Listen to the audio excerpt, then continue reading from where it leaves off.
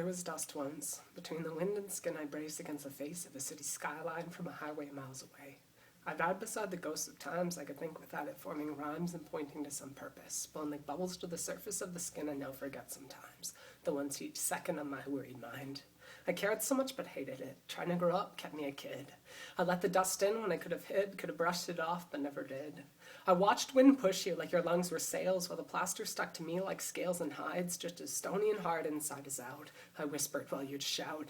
4 seasons sun spun above my head, but I chose to keep it November in me instead. And you never meant it, but I'd still pull daggers out of the words you smiled, stumbling awkwardly, staggered down the highway to where I sat, unmoving though you walked. For every step you tried to make me take, I'd talk and drop another rock onto my legs to keep me here. Committed to a rising fear that might teach me how to live my life, even if it exists apart from restless nights. You wouldn't wait beside the road, though I begged you'd stay, still I knew you'd go. Everything I loved and everyone I know watched me build a wall of precious stones over my legs, my chest, my heart, built back up when you tear it apart.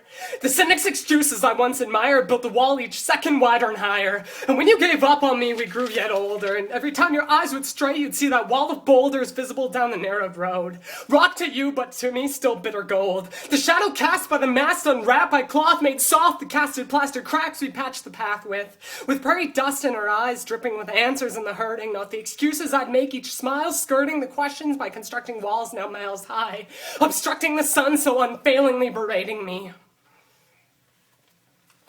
I built a wall between us both. I tried to make us into ghosts. I tried to bury us alive under mine that wasn't mine. I tried to find for you a reason why I would always try to leave. And when my back would come back empty, I tried so hard to just resent me and pretend that it was you for not once ever coming through. I took excuses and if onlys and tried to blame them for my loneliness. I spent a whole year saying,